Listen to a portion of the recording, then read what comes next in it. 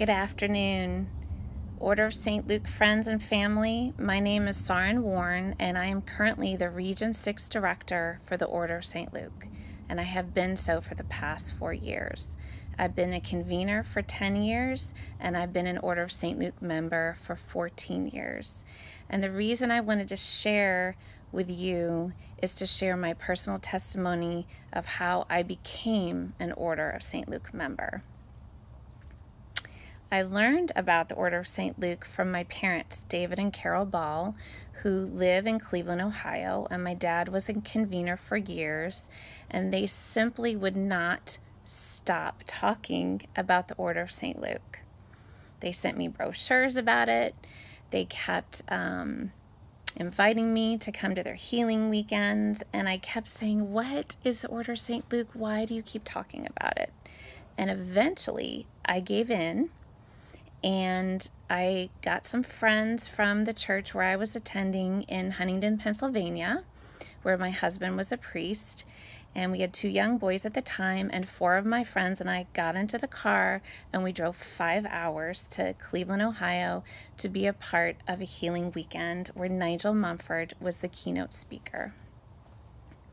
I had never been to a healing weekend before, and I was there, but I will admit to you that I was there, but I was not planning on moving from my seat in the church to go forward for any kind of prayer. So when the offer for prayer came Friday night, I stayed in my seat. And it just so happened that Nigel is a floater, which means he moves around and lets the Spirit lead him where he wants to go. And all I remember was very gently him laying his hand on my shoulder. No words spoken, and all I know is I had this huge weight from my shoulders just lift. I had no idea at the time that being a mother of 2 young active boys and a wife as a priest was weighing on me more than I realized, and I just broke down in tears and sobbed, and it really was a breakthrough moment for me. God knew that I was carrying things that I didn't even know I was carrying.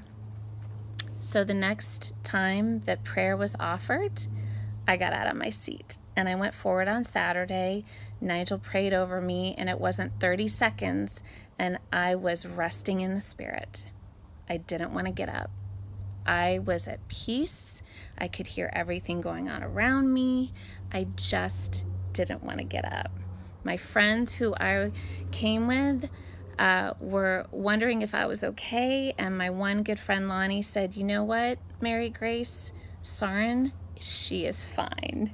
She is absolutely fine. She's resting in the Spirit." So finally, during the closing Eucharist on Sunday, I went forward to be blessed into the Order of St. Luke. My body just got up and went forward. And to be honest, when I went up, I really didn't know what I was getting blessed into. I just knew that I wanted more of whatever had happened to me. I had experienced the living God in a way that I hadn't before, and I wanted more. So my message to you today is a message of encouragement that if you're a member of the Order of St. Luke, to absolutely develop a chapter in your area so you can meet and pray regularly in small groups and develop trust. If you're not a member, become one. If you're a chapter that only meets once a month, I would encourage you to meet weekly, because the best way to grow the Order of St. Luke, I believe, is to open up these experiences so that we can offer the experience of the living God to people in our churches, in our communities, and in the world, and let God be God and just get out of the way.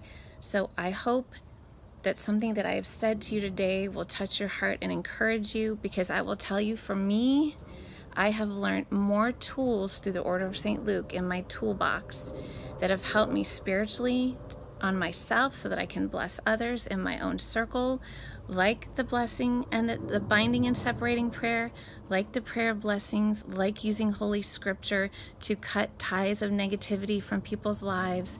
And I tell you that our church congregation, just with the simple offering of having OSL trained prayer teams every Sunday, has touched and changed people's lives on a weekly basis.